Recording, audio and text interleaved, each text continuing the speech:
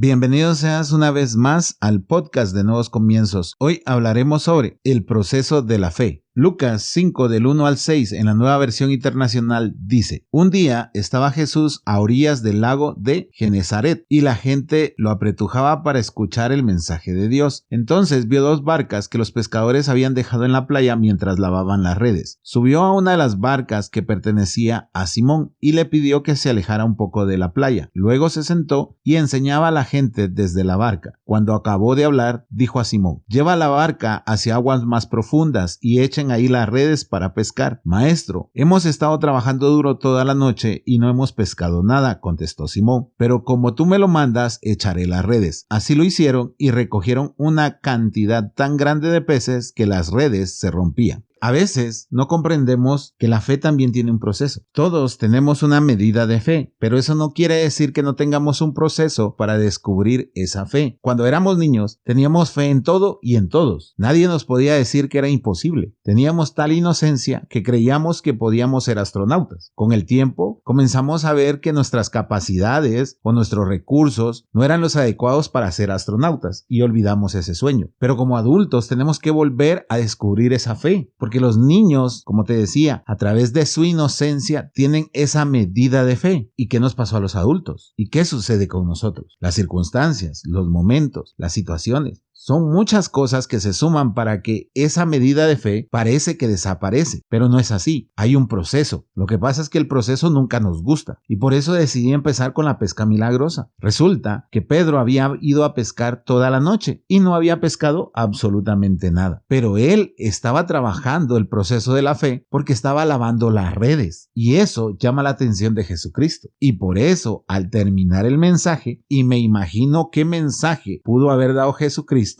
le da la orden a Pedro de que vuelva a echar las redes para que él comience su proceso de fe. Y Pedro le contesta: en tu nombre o porque tú me lo dices, echaré las redes. Eso significa que el mensaje que Jesucristo había dado antes había despertado ese interés en Pedro. Muchas veces venimos a la iglesia, escuchamos los mensajes, pero no despertamos nuestro interés porque estamos pensando en otras cosas. No nos estamos enfocando en la enseñanza y eso hace que nuestro proceso de fe se detenga. Y entonces cuando vemos los problemas, no somos capaces de afrontarlos porque el proceso de fe se detuvo. Obviamente, Pedro en ese momento dice: en tu nombre echaré las redes. Pero era solo la preparación, el inicio de ese proceso, porque luego ves los milagros que el Señor operó a través de la vida de Pedro. Fue creciendo constantemente esa fe dependiendo del proceso. A nosotros no nos gusta, a los cristianos no nos gusta, porque uno de los requisitos fundamentales del proceso de la fe es que no estén las circunstancias adecuadamente, nos guste o no nos guste. Mira Juan 11, 38, 40. Conmovido una vez más, Jesús se acercó al sepulcro. Era una cueva cuya entrada estaba tapada con una piedra. Quiten la piedra, ordenó Jesús. Marta, la hermana del difunto, objetó: Señor, ya debe de oler mal, pues lleva 4 días ahí. ¿No te dije que si crees verás la gloria de Dios?, le contestó Jesús. ¿Qué circunstancias para empezar un proceso de fe? Ellos habían estado sentados con Jesucristo, Marta, María y Lázaro. Es más, eran sus amigos. ¿Te das cuenta? Pero no había empezado ese proceso de fe. Me imagino esas charlas, Jesucristo contándole lo que había sucedido, o sus discípulos, que se había levantado el paralítico, que había recibido la vista a un ciego. Pero ellos oían, pero no habían empezado su proceso de fe. Tuvo que pasar la muerte de Lázaro para que Jesús se refiera a una de las hermanas y le diga: ¿no te he dicho que si crees verás la gloria de Dios? ¿Te das cuenta cómo comienza ese proceso de fe? A veces tú ves a cristianos llenos de fe, pero no ves la vida que han tenido que vivir. En el momento en el que el proceso de fe en ellos comenzó, pensamos que la fe comienza cuando todo va bien, y no es cierto. Es todo lo contrario. Cuando no hay respuestas, ahí aparece la fe. ¿No me crees? Volvamos a ir a la palabra. Segunda de Corintios 5:7 dice: en efecto, vivimos por fe, no por vista. O sea, no puedes decir que cuando estás en abundancia, ahí empieza tu proceso de fe. No es cierto, porque entonces ya estás viviendo por vista. Nosotros vivimos por fe, cuando no se ve nada, cuando la situación está oscura, cuando todo parece tormenta, cuando estamos en medio del desierto. Ahí debemos de negar nuestra vista, porque no vivimos por lo que vemos, sino por nuestra fe, porque empieza un proceso en donde nuestra medida de fe comienza a crecer, de tal manera que estamos preparados para obras mayores. ¿Cómo así? Por ejemplo, tal vez no tenías para pagar la luz, solo poniéndote el ejemplo, y tú empezaste tu proceso de fe, y hoy posiblemente vas a comenzar el plan de comprar tu casa. Comparado a no poder pagar la luz, la casa es algo totalmente extraordinario, pero como empezaste tu proceso de fe en esa circunstancia apremiante, hoy tienes esa medida de fe para comprar tu casa. Tú compraste tu primer carro con lo que te alcanzaba, con los fallos, los problemas mecánicos que te podía dar. Hoy ya sueñas con ir a sacar un carro de agencia o dos. ¿Por qué? Tu fe ha aumentado, porque hiciste uso del proceso de la fe y no has permitido que se detenga.